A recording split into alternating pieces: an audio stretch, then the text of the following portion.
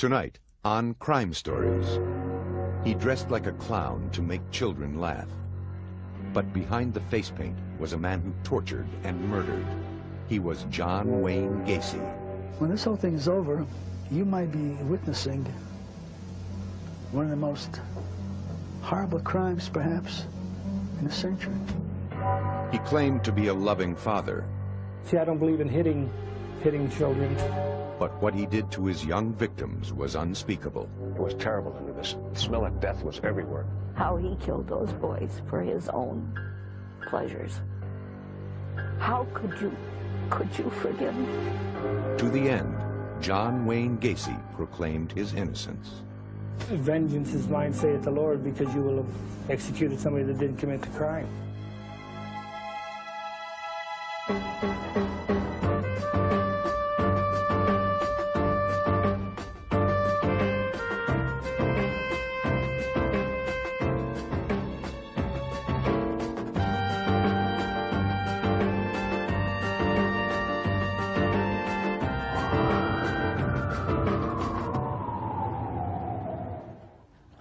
This is Crime Stories. I'm Richard Belzer.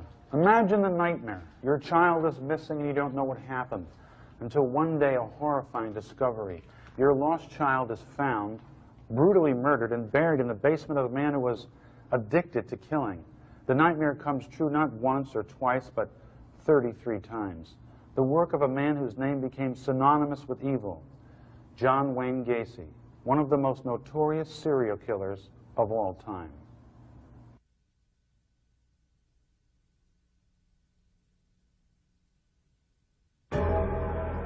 Spring 1992.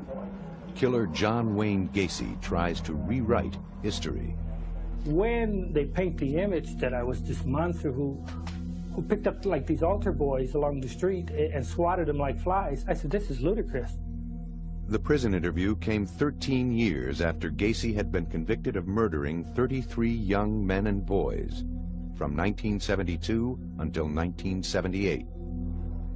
Whether it's Berkowitz, whether it's Bundy, whether it's Williams, Wayne Williams down in Atlanta, or any of the others, or Charlie Manson. See, I don't comment about other cases for the simple fact is that I wasn't there. Do you feel somewhat of a kinship with some of these people? God, I hate that when they put me in the same club with them. With his execution date just months away, Gacy, then 51, was seeking a new trial. If people don't want to know the truth and the honesty of it, if they want to be convinced or brainwashed into what they believe, then fine, then go ahead and kill me. But vengeance is mine, saith the Lord, because you will have executed somebody that didn't commit the crime. But the evidence against him was overwhelming. Evidence that didn't come together until December 1978, when a 15-year-old boy disappeared. He was one of a number of boys who had disappeared in the Chicago area, but something about him was different. The boy was Rob Peast, a sophomore in high school who worked part-time at the Nissan pharmacy in the northwestern suburbs of Chicago. On December 11th, at quitting time, he told his mother he was going to talk to a man about a construction job, but Rob Peast never made it home. His parents finally ended up at the police department to fill out a missing persons report on their youngest son. At the time, the man in charge of the state's attorney's office was Terry Sullivan. One young police officer happened to come up the one morning, and he said, Terry, there's a couple that was here last night reporting their son missing, and I think there's something strange to it. I don't believe that he's a runaway. Sullivan agreed. Rob Peast was the consummate good kid, devoted to his family, an honors student who wanted to be an astronaut. There was no reason for him to run away. Something was wrong. Immediately, a search was organized. His parents were devastated. Well, I went to pick up Rob at the drugstore where he works at about 10 to 9. And he says it would take a few minutes, that he wanted to talk to his contractor about a job. And then with that, I started browsing around the store, and I'd never seen him since. For police, the most obvious lead was the contractor Rob had gone to meet. His name was John Gacy. As it turned out, Gacy often hired young boys. 2 days after Rob disappeared, Sullivan called Gacy into the police station. And he basically just said he had no idea what we were talking about. He denied even knowing the kid, and in frustration, I had said to him that, well, I understand that you don't want to say anything, but we've got evidence that, in fact, you were seen with him very recently. Soon after that confrontation in mid-December 1978, police began tracking the movements of John Wayne Gacy. Meantime, a simple background check revealed that Gacy had been convicted 10 years earlier in Iowa. The charge was sodomy. The victim, a teenage boy. Gacy was released from the Iowa Men's Reformatory after serving only 18 months. Because of Gacy's record, a 24-hour surveillance was ordered.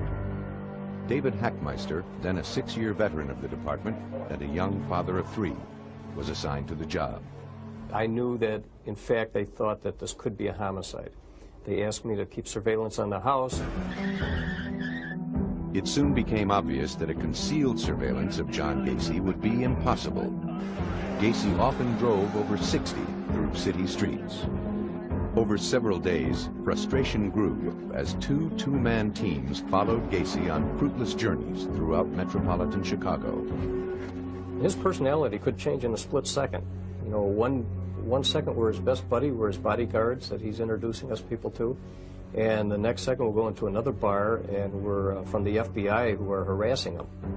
As the days went on, there was still no sign of Rob Piest. His family posted his picture throughout the neighborhood. Then, a lead. Gacy told the surveillance team that he owned some land up north in Wisconsin. So right away we're thinking that's where the body is. Of course, he's feeding us this information knowing that we're going to follow up on this, just kind of leading us off the track. Work at the state's attorney's office was more productive.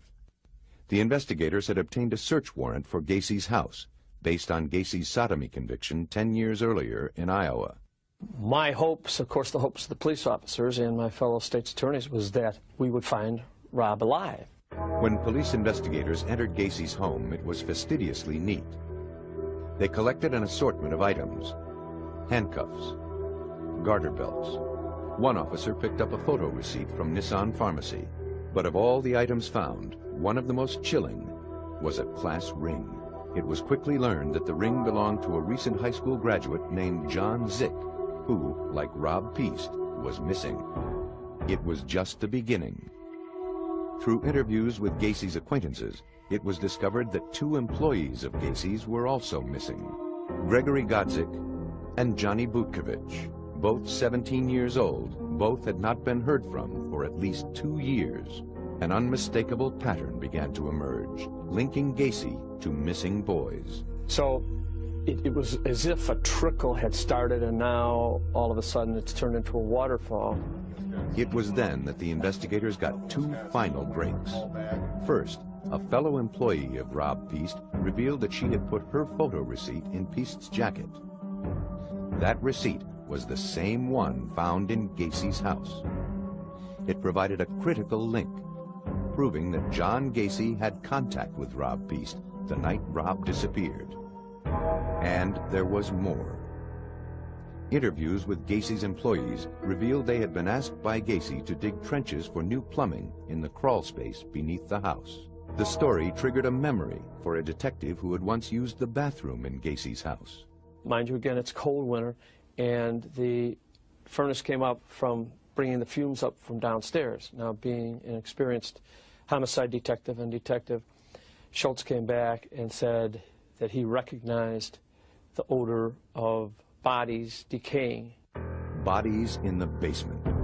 It was an appalling idea that haunted detectives, some of whom had actually spent several hours inside Gacy's home in the rec room, just above the basement. Gacy himself had invited the detectives inside for drinks, perhaps out of arrogance, perhaps in an effort to taunt them.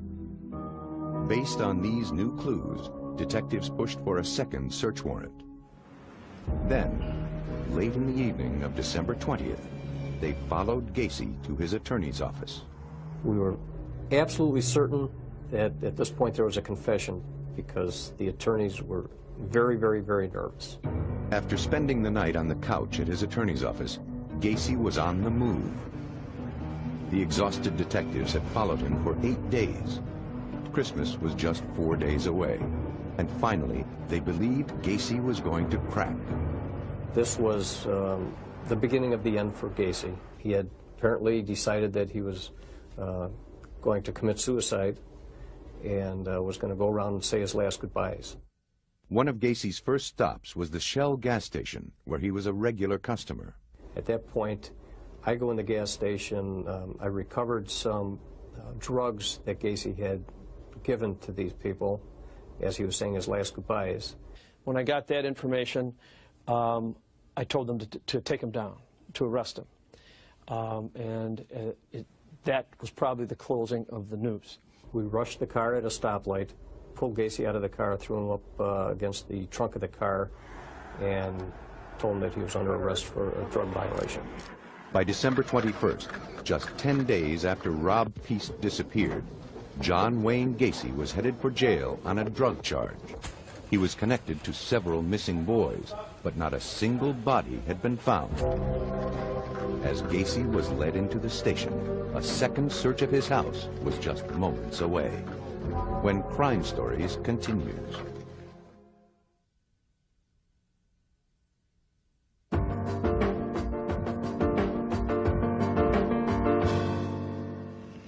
By the spring of 1992, the Menard State Penitentiary in downstate Illinois had been John Wayne Gacy's home for 13 years.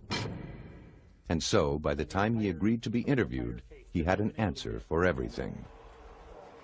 Even when he was asked about the odor from the crawl space, Gacy had an explanation. You know, I found it as odd when we bought the house that a house with a crawl space would need a sump pump. But then I learned the first time it rained that this ground gets wet under there, and then the crawl space actually floods up to a foot deep in water. And then as it recedes, it puts out a musty odor. There was always a musty odor in that house. As for the day in December 1978, when a police detective thought he smelled decaying bodies, Gacy said it wasn't that at all. We had come into the house, and my little Lhasa Apso was in the house. And of course, he had been locked in the kitchen, you know, all day. Well, the little puppy, he piddles. See, and while he's piddling and while he is doing his business on the paper and that, you can imagine what it smells like if you go into a closed room and when the heat came on. Still today, it seems inconceivable that Gacy would rely on such a defense. Because the truth about the crawl space became international news on the very day Gacy was arrested. On the night of December 21st, 1978, while John Gacy was held at the Des Plaines police station for possession of marijuana, the second search of his house began. While some officers looked for evidence upstairs, two went below into the crawl space. Moving on hands and knees, the evidence technicians surveyed the muddy ground. One officer took a shovel, dug down about 6 inches, and pulled up something hard. It was a human bone. While held at a local police station, Gacy complained of chest pains and was rushed to a nearby hospital. Detective David Hackmeister met him there. I hadn't been there maybe 20 minutes or a half an hour when I got a phone call from my supervisor advising that they had found bones in the crawl space. At that time, Gacy was just being released from Holy Family Hospital, and I advised him at that point that he was under arrest for murder. Defeated, Gacy looked straight at Hackmeister and said, "Dave, I'm ready to clear the air." He then confessed to the murder of more than 30 young men and boys. He certainly held nothing back. He talked about the very first person that he killed, and that he had stabbed him to death, and that caused such a mess that he had to come up with another plan after that. Every person that he killed thereafter, he came up with a plan to strangle. The specifics Gacy provided of torture in his house were staggering. He talked in detail about sexually abusing the boys and strangling them. As Gacy talked, the officers looked for some feeling in him, some emotion about what he had done. There was none. In the confession room, I most clearly remember that there was no remorse. Very, very cold about it. By the next day, word that bodies had been found at John Gacy's house had spread through the media. The Cook County medical examiner, Dr. Robert Stein, arrived and joined the crew to direct the exhuming of the bodies. First, they ripped out the floorboards of the house, exposing the crawl space completely.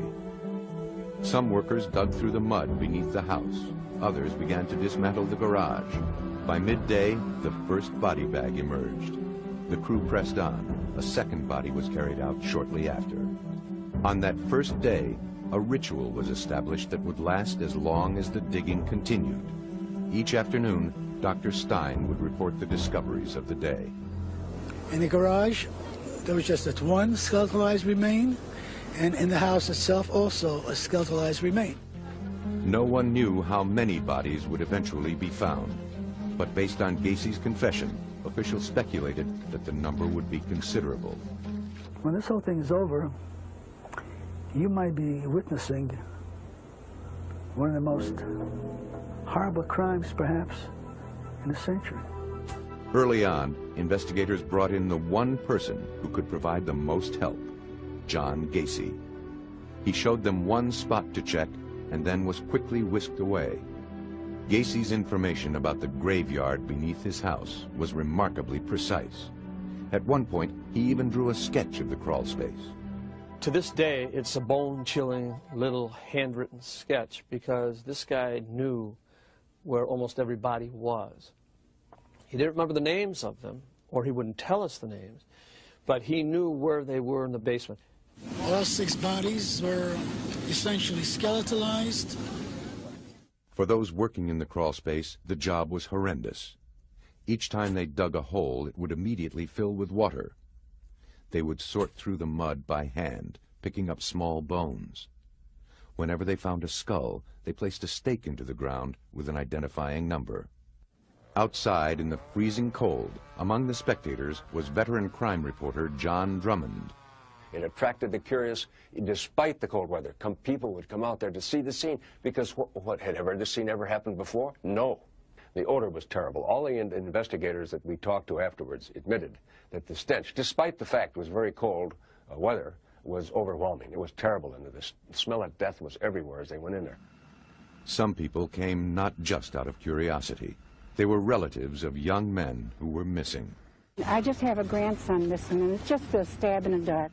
The number of bodies found today are 6. Bringing the total to? 21. In the final stages of the search, the Gacy house was completely dismantled. 29 bodies had been unearthed. But nowhere had they found Rob Peast, the young boy whose disappearance had initiated the investigation of John Wayne Gacy. The search for him would continue.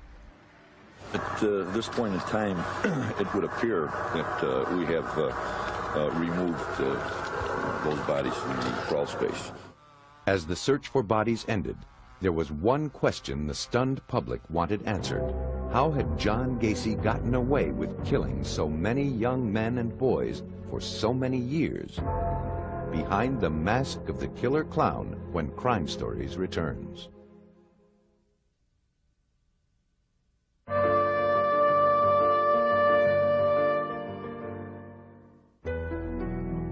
In 1992, in his television interview from prison, John Gacy presented himself to the public as a man deeply concerned with the breakdown of family values. Do you realize by 1993 that 50% of the American families will be single-parented? And that shows a breakdown in the church and not being able to hold families together. And for this reason, children run away from home and seek love in other places. Twice divorced himself, he still claimed to live his own life according to very strict standards. I've always looked after my children, even now. A lot of things that my dad did, I refuse to do because I don't believe in hitting children. A good father, a concerned citizen. He said he was also a dedicated community servant. I always felt that service community and community service to others, you know, in my religious background, I felt if you serve other people, it'll come back to serve you. Ironically, for people who knew Gacy before his arrest, his statements were actually believable because the public life of John Gacy was that of a model citizen and loving father. As the bodies, one after another, were pulled from Gacy's house in December 1978, there was no group more stunned than the group of people who considered themselves Gacy's friends. I still find it hard to believe him. I've known the man 4.5 years, and I thought the world of him. To those who knew him, John Gacy was not only a successful businessman, he was also a good neighbor. Routinely, he opened his house for lavish holiday theme parties. But what many remembered about him most was that he often dressed up as a clown to entertain children. At the top of it all, I mean, he used to do a lot of his charitable work. In other words, the guy was a clown, and he put on shows and all that, and the kids there, he treated the kids real good and all that. But now, with the bodies being pulled from his basement, the world discovered another side to John Gacy. And suddenly, people wanted to know, who was this Dr. Jekyll and Mr. Hyde? Attorney Greg Adamski, who later represented Gacy, discovered Gacy operated by his own rules. Most of the things that all of us value, John had no value for at all. John didn't value other life. John didn't value other emotions. John didn't value any institutions. John didn't value the feelings of other people. John Gacy grew up in Chicago. His father was reportedly abusive, and he had some health problems as a child. He was close to his mother and only sister. In his adolescent years, Gacy loved to dress up in uniforms. He scored 118 on an IQ test, which is in the bright normal range.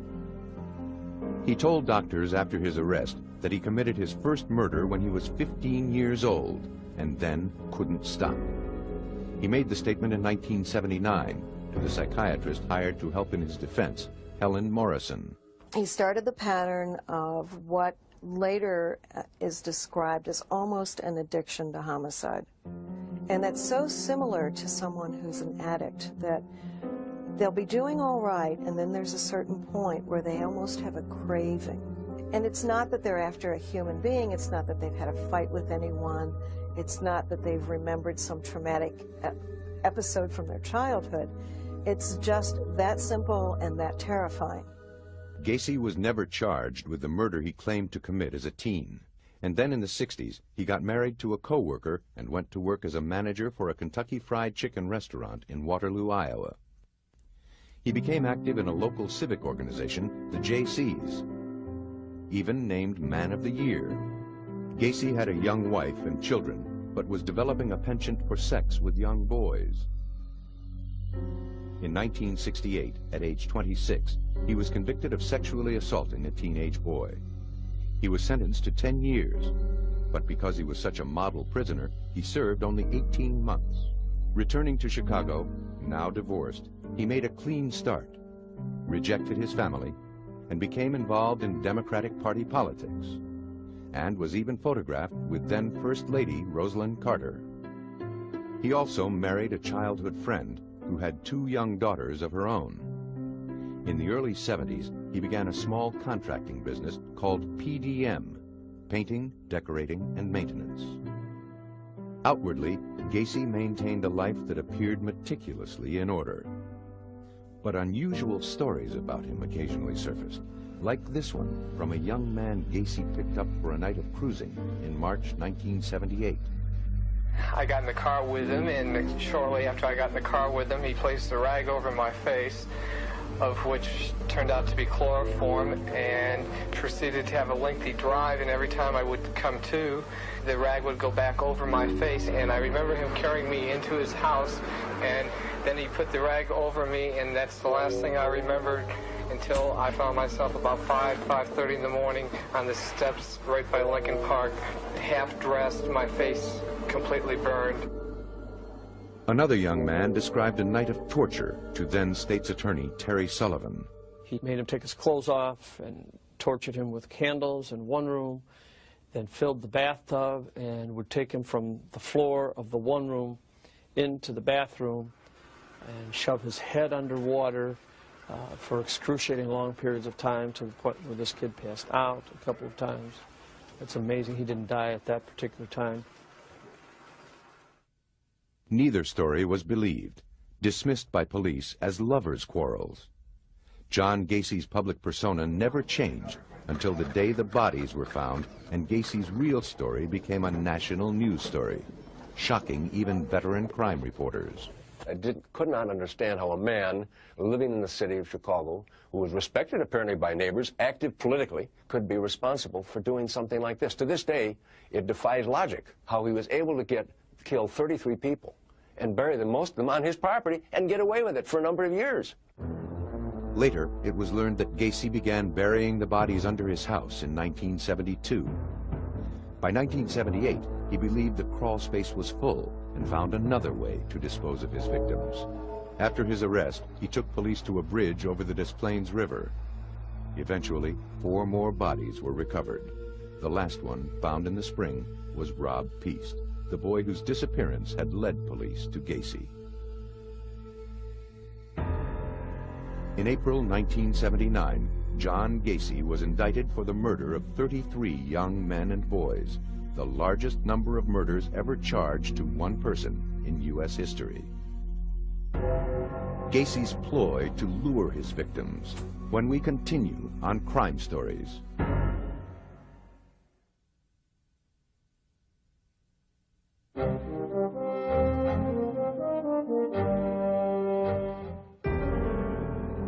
Of all the statements John Gacy made during his 1992 interview from prison, the most chilling were those he made about his victims and their families. His contempt for them was obvious. That one mother that gets on television all the time who thinks I should be given 33 injections, I think she ought to take 33 Valiums and go lay down. She goes on Geraldo show and all these other shows talking about, I think it's Maori, I think is the name.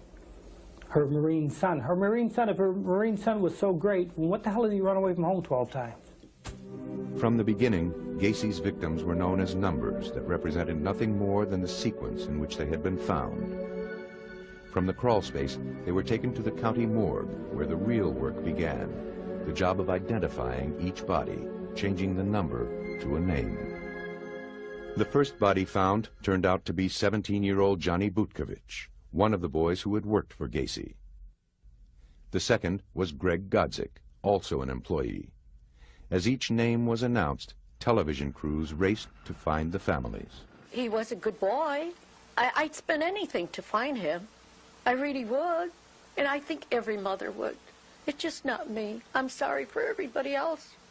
Darrell Sampson, John Zick, Randall Reffett. The faces filled the newspapers. Body number 13 was Johnny Maori, 19 years old, a former Marine. His mother, Dolores Nieder, last saw Johnny on September 15, 1977. We would go out searching for him. We were playing detectives. We were searching for Johnny, looking for him. And already, Johnny was dead. Dolores Nieder went to the police and reported her son missing. They were not helpful.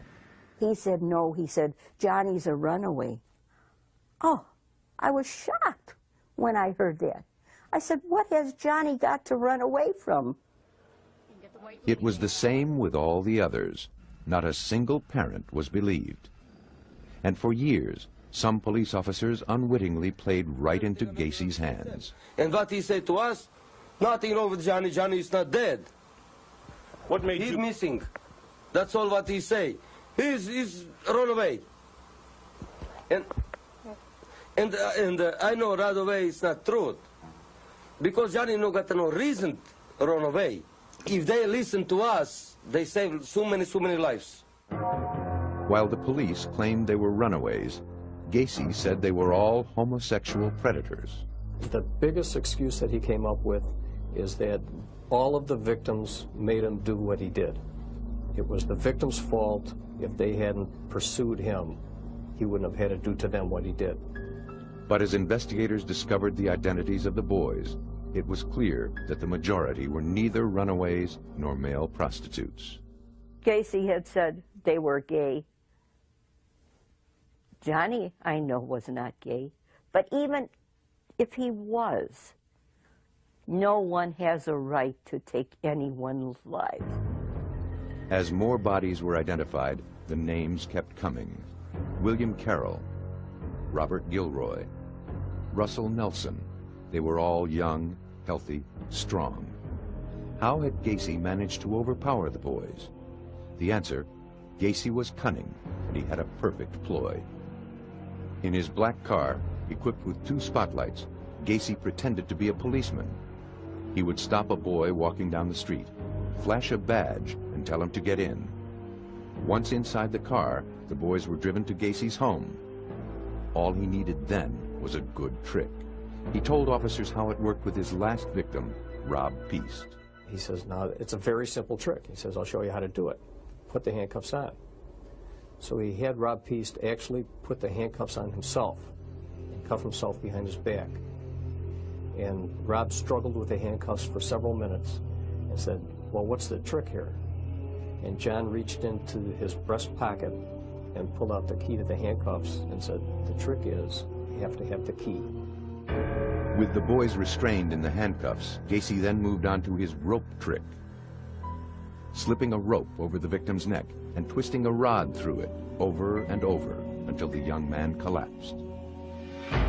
For the parents who heard the stories of their children's last moments, the image was horrifying. I could never forgive Gacy for the rest of my life. How on earth can you forgive someone who takes a loving child from you and who does it in such, a tragic way? Over a period of 6 years, John Gacy murdered at least 33 boys and was never discovered until finally the police listened to the parents of one child. Believe me, if Rob Peast had been anyone but Rob Peast, if he had been a person that had run away on several occasions, we probably wouldn't have looked into it as closely as we had. In the spring, 4 months after he disappeared, Rob Peast, the boy who stopped John Gacy, was buried. 9 other boys killed by Gacy were never identified and were buried in separate cemeteries around Chicago. And although the young victims have all now been properly laid to rest, the pain for the families is still very much alive. Losing a child is just the hardest thing in life that you have to go through. Gacy pleads insanity, but will the jury believe it? When we continue on Crime Stories.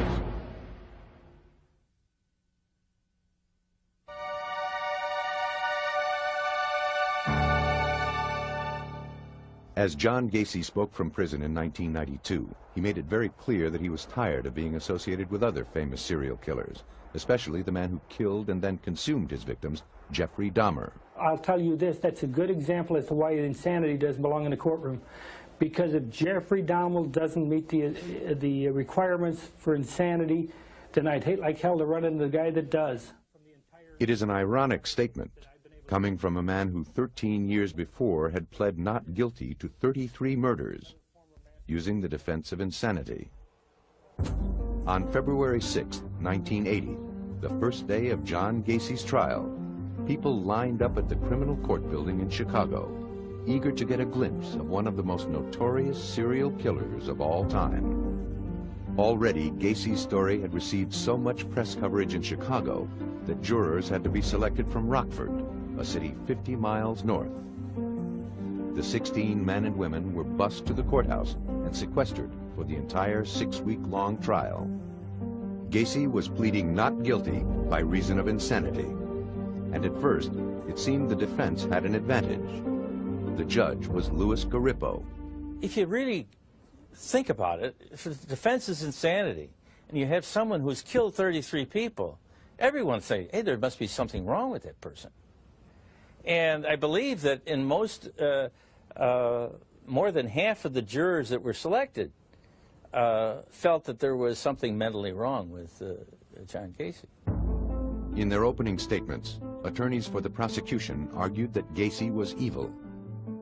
They displayed photographs of his victims on a board, nicknamed the Gallery of Grief. They promised to show that the murders of the young men were thoughtful, rational, and premeditated. The defense described Gacy as impulsive, deranged, a profoundly sick man who collected bodies like souvenirs. The question the jury had to decide: was Gacy crazy or evil? For the defense, a battery of experts testified that Gacy fit the standard of insanity.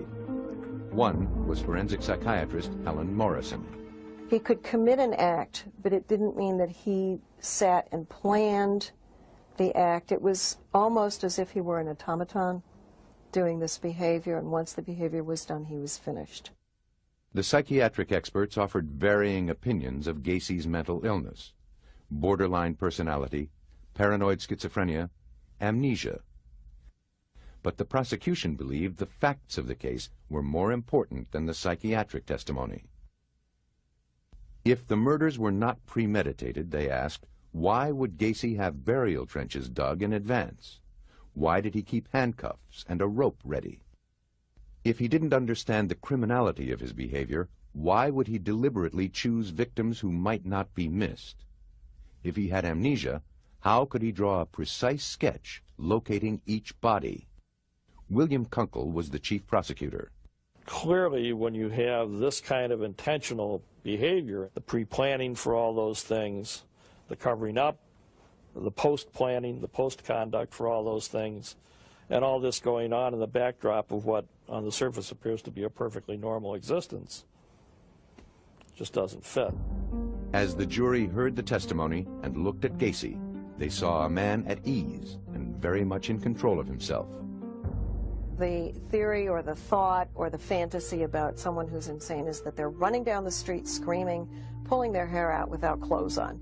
And they could clearly see that he was not insane. I mean, he was sitting in the courtroom, he was participating, smiling, being considerate of where people were sitting.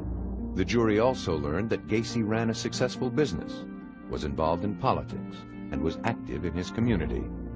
All rare accomplishments for someone truly mentally ill.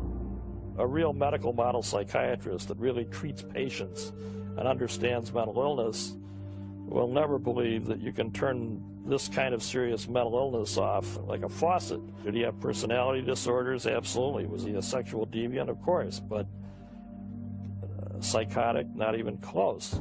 Throughout the trial, Gacy remained confident, certain that he would win the case. He had been in the back and he was reading the Chicago Sun-Times and some of the ads in there. And he had torn out a page and he had circled a party, a St. Patrick's Day party, that was to be coming up. And he had the bailiff give it to me on the table and he said, "I'll see you there." But then, toward the end of the trial, there was testimony that the defense believed was a final blow against Gacy. At that time, there was a psychiatrist who testified that if he was found insane, he would be put out on the street because he could not be hospitalized against his will.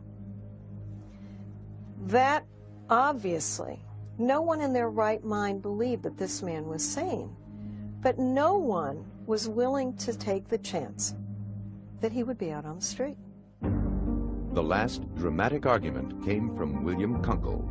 I said to the jury, I said, well, if you want to show mercy, and then I just stopped in mid-sentence. I turned around and I walked over to the victim board, and real slow, I ripped each photo off the board with a loud snap.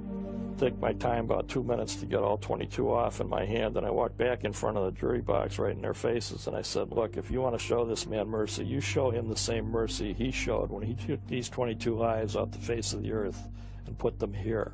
And I just threw them in the crawl space opening, walked away. I left a couple of minutes of pin-drop silence in the courtroom, and that was a good point. The jury took only one vote and unanimously agreed to find John Gacy guilty of 33 counts of murder. The next day, they sentenced him to death. Gacy deals from death row when Crime Stories continues.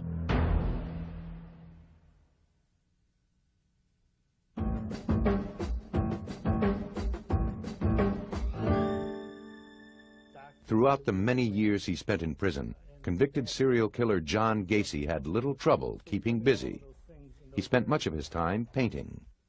This is Christ as I see him in my cell. And it's monolithic because Christ, to me, is monolithic. He's all things to all people.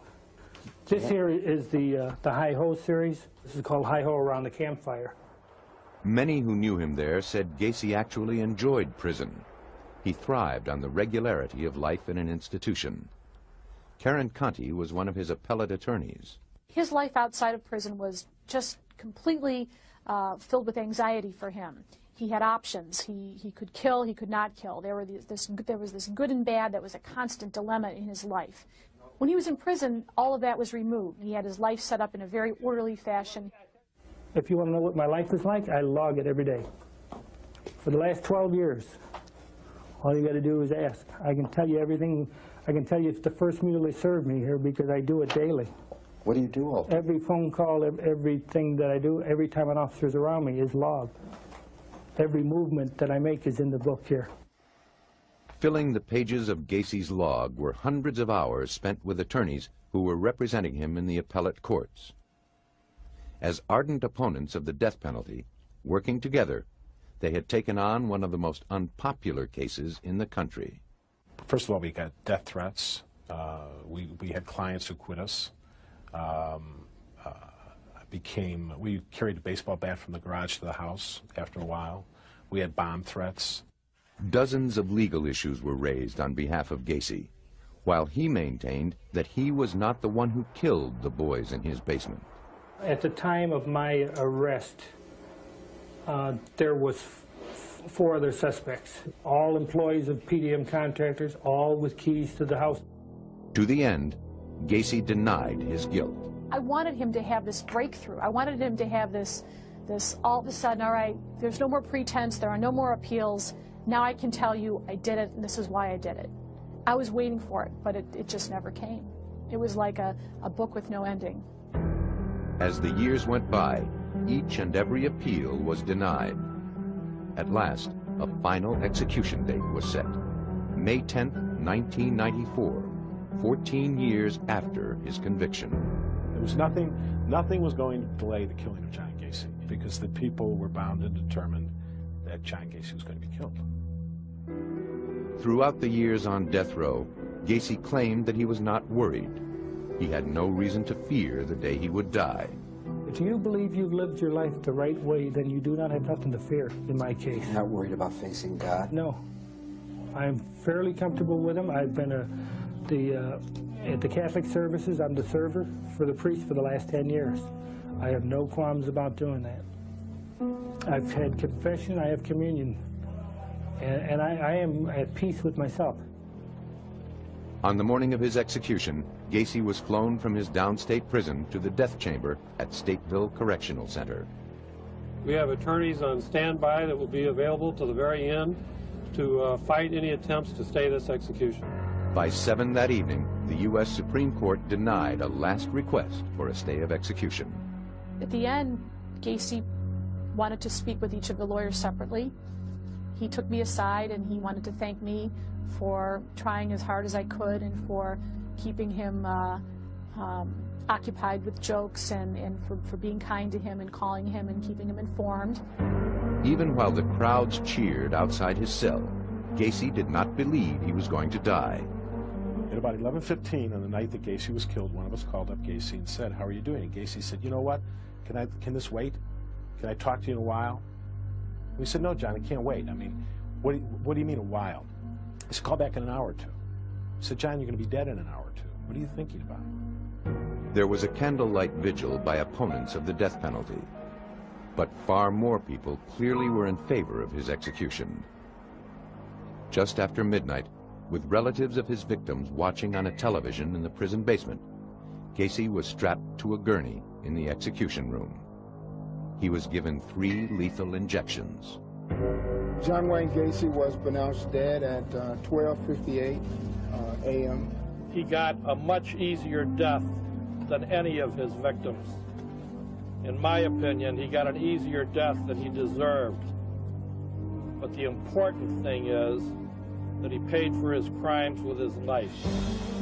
A few months after Gacy's execution, a ceremony was organized. Relatives of the boys who were killed were invited to take a painting by Gacy and burn it. It was nothing more than a symbolic gesture, but for many, it seemed to fulfill a goal: to rid the world once and for all of the grisly horror that John Wayne Gacy had created. For obvious reasons, many people would prefer to forget John Wayne Gacy. But there is value, perhaps, in keeping the name of this brutal killer alive. The story of the outwardly friendly Gacy provides a timeless lesson that evil can take on many disguises.